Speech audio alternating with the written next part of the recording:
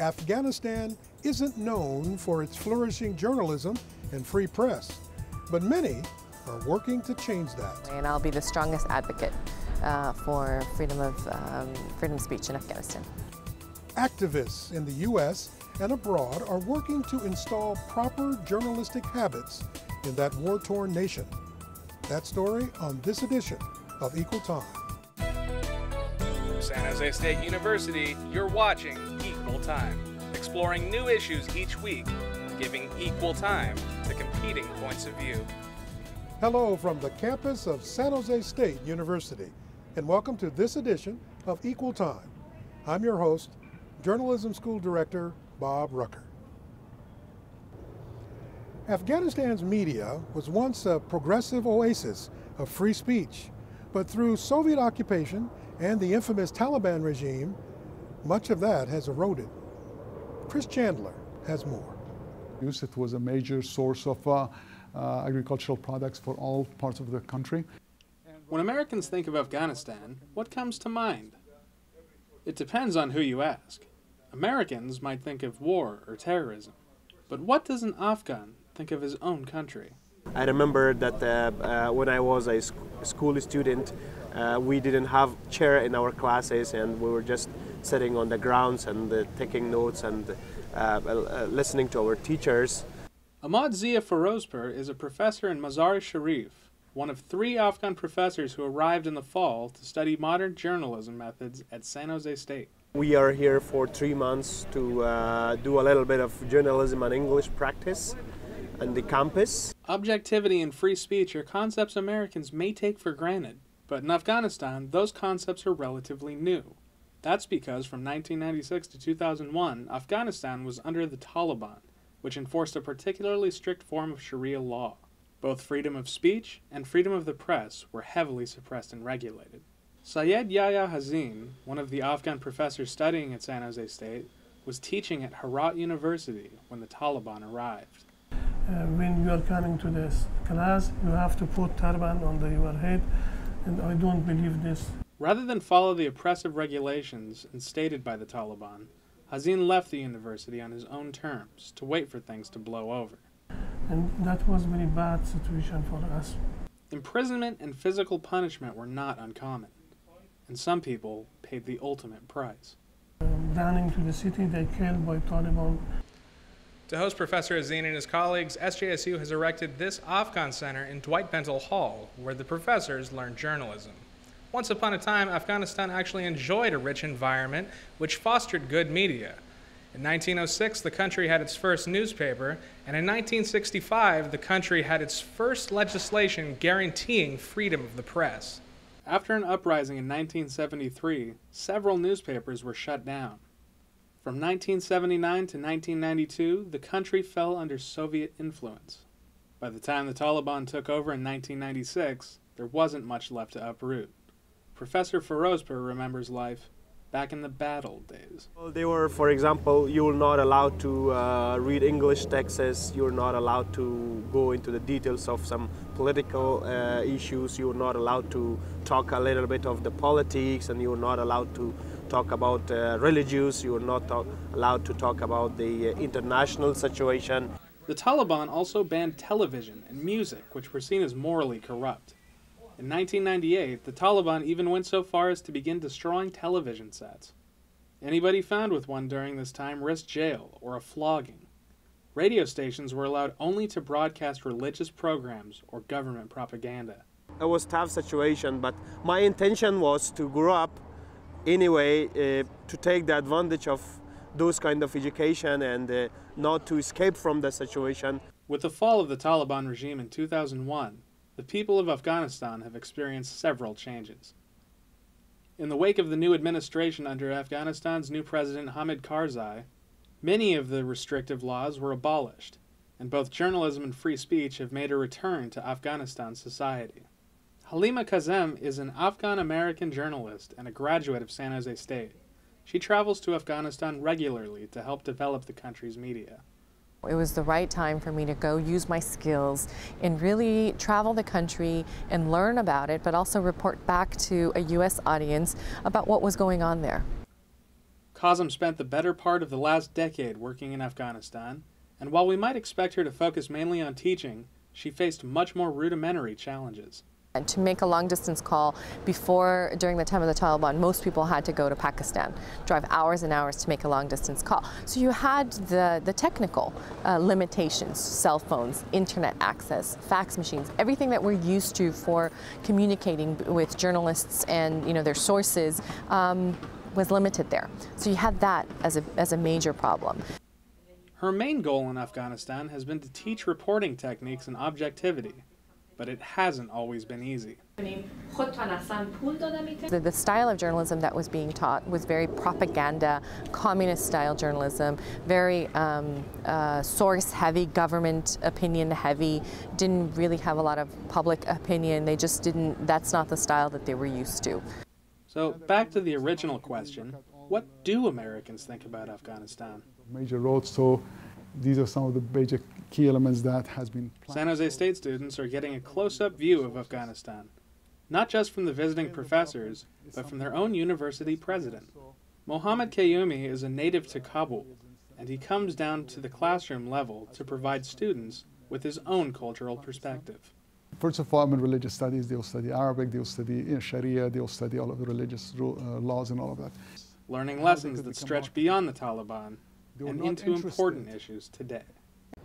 We'll look at how things are progressing in Afghanistan when Equal Time returns.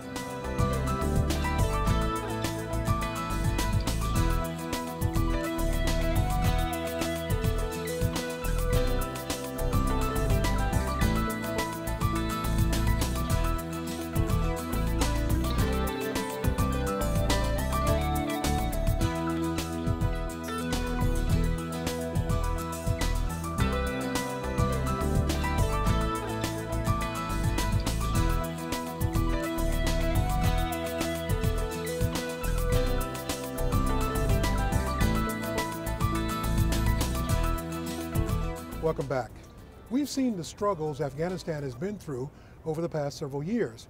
But with the Taliban now out of power, the country has been able to break free of much of its restrictive roots and begin the process of rebuilding what is lost. Once again, Chris Chandler. To aid Afghanistan's efforts to build a responsible corps of trained journalists, the U.S. government is building media centers like this one in at least 5 universities in Afghanistan. It's also awarding millions of dollars to U.S. universities to modernize journalism education. San Jose State has 2 of the grants, one for Herat in western Afghanistan and one for Balkh University in the northern city of Mazar-Sharif. We are specifically funding a journalism partnership here at San Jose State University, and it's very crucial for U.S. interests. U.S. State Department Grants Officer Matt Case says the program incorporates a lot of practical information that's not taught in the Afghan university system.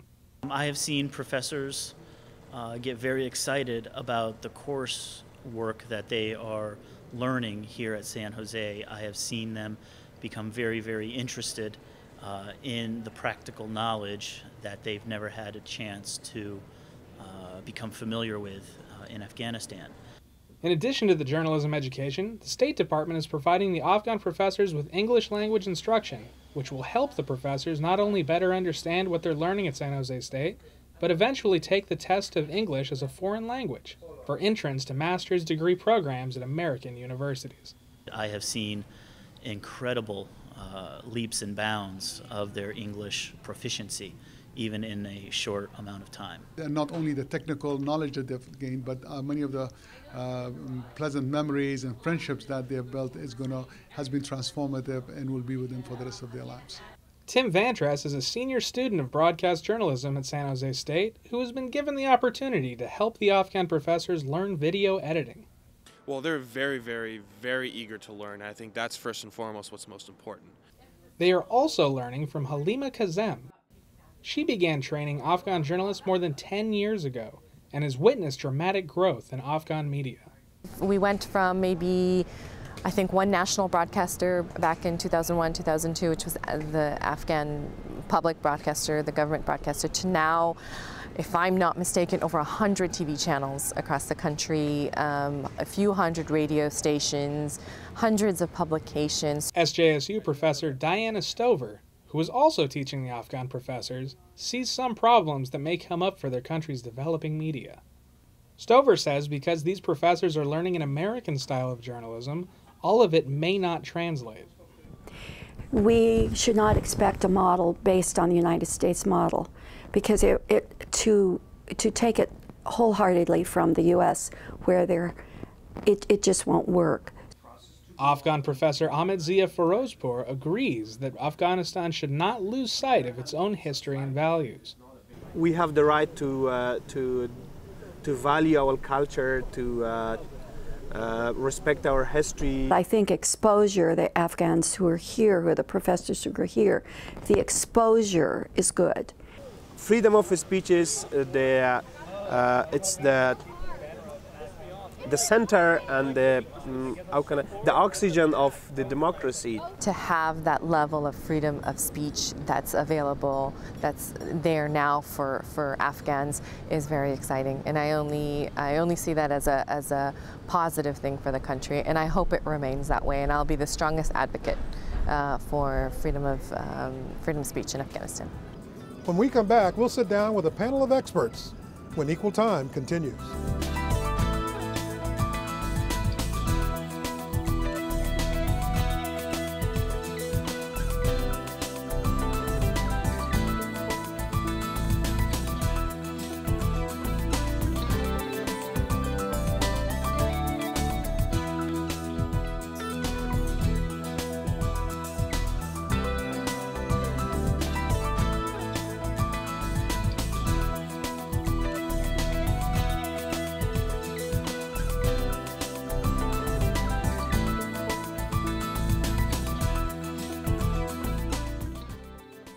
Welcome back to this edition of Equal Time.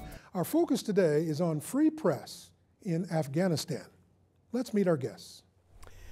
I'm Farid Yunus, lecturer at California State University East Bay and anchorman for Noor TV in Northern California.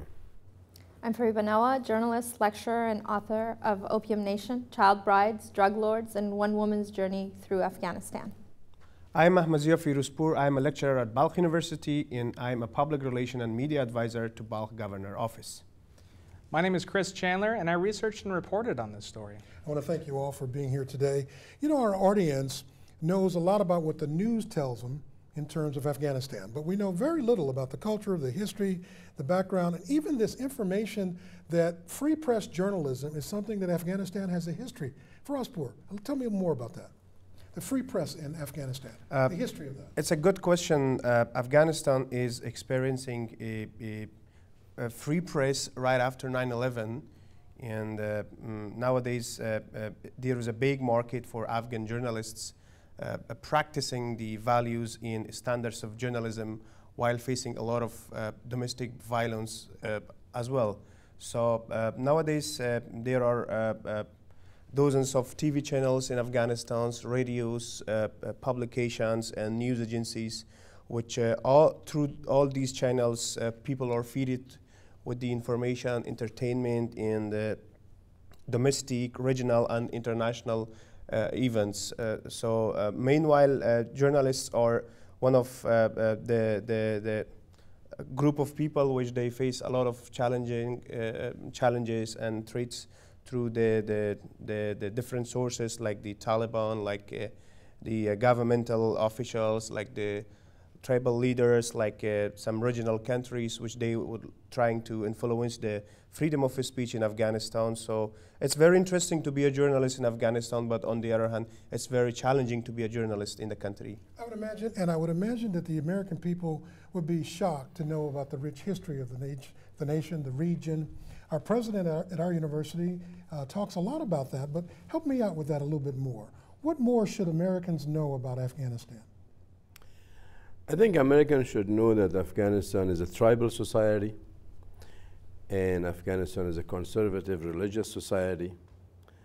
And these two elements, like being religious conservatism and tribal society, it makes, as Mr. Ferozpour said, journalism very challenging. And because in a tribal society, all tribes are at odds with each other for power. And religious conservatism is at the same time playing games with all of these. So for me, my point is this, that we have to bring citizenship in Afghanistan first. And politically, citizenship means, because citizenship, as you know, has two meanings. One is demographic, like how many people are living in a county and how many hospitals and schools we should have. And at the same time, this is a demographic definition of citizenship. But political citizenship is this, that all people in a society are equal before the law. And that doesn't exist in Afghanistan, and that makes sense. People are not equal before the law, like women are less than men in Afghanistan, unfortunately. In inheritance law, and there's a religious dogmatic issue that they don't want to interpret the whole, as you know, Afghanistan is a Muslim society. And 99.9% of Afghans are Muslims. And there's a religious dogma over there that they don't want to reinterpret, which is permissible in Islamic law, the Quran and the tradition of the Prophet, to update the whole scene for contemporary living. And I knew you want to jump in on that. Yeah, I think what's happening with the press, you have 32 TV stations just in Kabul now.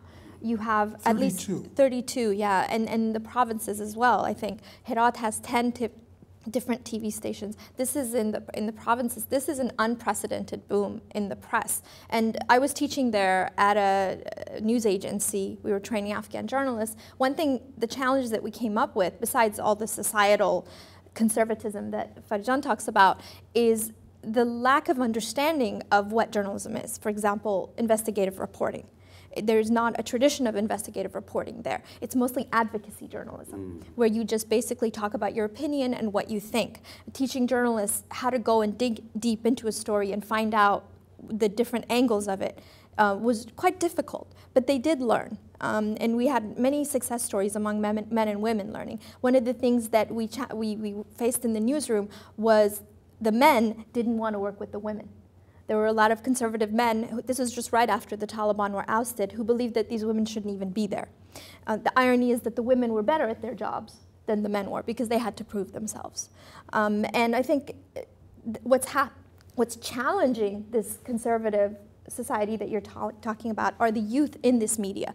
A great example is Tolo TV. Tolo TV is out there making programs, and it's the most watched TV in Afghanistan. It's aired nationally and internationally through satellite, and people are watching it even though certain programs go against their values. For example, they have something called Afghan Star, which is similar to American Idol. And I don't know, it's in its 10th season now? It's in its 8th season, I'm not sure exactly. But these programs, I think, are in some ways changing mentalities. Now, I haven't seen any surveys or any studies on how it's changing mentalities, for the better or for the worse. But there's definitely been a reaction by the conservatives to try to close down Tolo TV. They've beaten up Tolo TV reporters in parliament. There's been a huge reaction. And I do not know if there is a press law in Afghanistan that to what point people are allowed to express themselves, and what are the limitations, and that I do not know yet. Well, Frostboy, you've been a welcome guest, and Chris, I want to get to your research in just a bit, but you've been a welcome guest in the journalism school at San Jose State. You express yourself pretty readily. You're pretty open about that. Is that the norm in journalism in your country and among your colleagues there? What? Just to speak up. You speak your mind very quickly. Afghanistan is separated regionally, and it depends where you live. In the provinces where they are bordering with Pakistan, their Talibans are a little bit influenced in the area, and the citizens have a lot of security challenges where they cannot practice the freedom of speech, and they have a lot of problem to access to the right information and access to the TV and right radio channels. And on the other hand, like the Kabul and Balkh and Herat and other safe provinces, where people are more civilized and they have access to the information. It's very easy to speak and to talk a little bit about what you think and express yourself. But the major problem is that the Taliban are a big challenge for the media and the journalists, which they consider the journalists as a Western spies, and they don't behave very well with the media, while they are using and misusing the media by providing their activities and information, and they expect the media to broadcast and to print that one. But on the other hand, we have been witness of a lot of challenging and murders and torture and injuries and kidnapping and hostage of journalists by different Taliban groups in some borders and some provinces of Afghanistan. So. Well, already we're getting a sense that the background that you just gave and the background that you just gave sounds like it's going to be in conflict, because you're going to try to go back and do free speech journalism the way you've been learning here at San Jose State, and certainly your colleagues are quite good at this anyway, but there might be a resistance in parts of the country. Now, you found this in your research and some other things. I did. I spoke to Halima Kazem in my story that you've seen already, and she kind of echoed what you guys have already been saying. There's now things are looking pretty optimistic in Afghanistan, because there's over 100 TV news programs, hundreds of newspapers, so that's encouraging. But she was also saying when she first came there, she had to struggle against the mindset that existed, kind of the Soviet, very propaganda-heavy style that they had there, that was really government-reliant and really relied on just first-hand sources from the government rather than actually doing their own investigation. So she had to conquer the pushback that kind of said this was only a Western model. And it's also very strange when you consider the history, because Afghanistan, up through the 60s, they had ratified to their constitution a measure for free press in Afghanistan. And at that point, Afghanistan looked like it was pretty much going to keep pace with the rest of the West. But then all the warfare took place in the 70s, Soviets came, the Taliban, and we know what the results have been. It's only now that they're trying to get back that identity that they've lost. And we're hoping, America is hoping that after the war, after American troops are withdrawn, free press will take hold and stay. That's why these people are here. That's why more are here in the spring at San Jose State to study that. But is there the possibility of going back or being restricted from doing free press? Yeah, because journalism, and I'm with the media for the last 20 years, writing the scripts and anchorman and this and that. Journalism is a homegrown phenomenon. We can't import Western journalism in Afghanistan, and that's a very wrong idea, because journalism has a lot to do with culture, religion, way of life, okay? And when we talk about freedom of speech, okay, here the definition of freedom of speech is completely different than freedom of speech in Afghanistan. You can't insult Prophet Muhammad, for example, in Afghanistan just under the name of freedom of speech. Okay? Even as Chris said about 60s, I was a teenager in the 60s, and I remember very well, the media was controlled by the government, and I was there. Okay?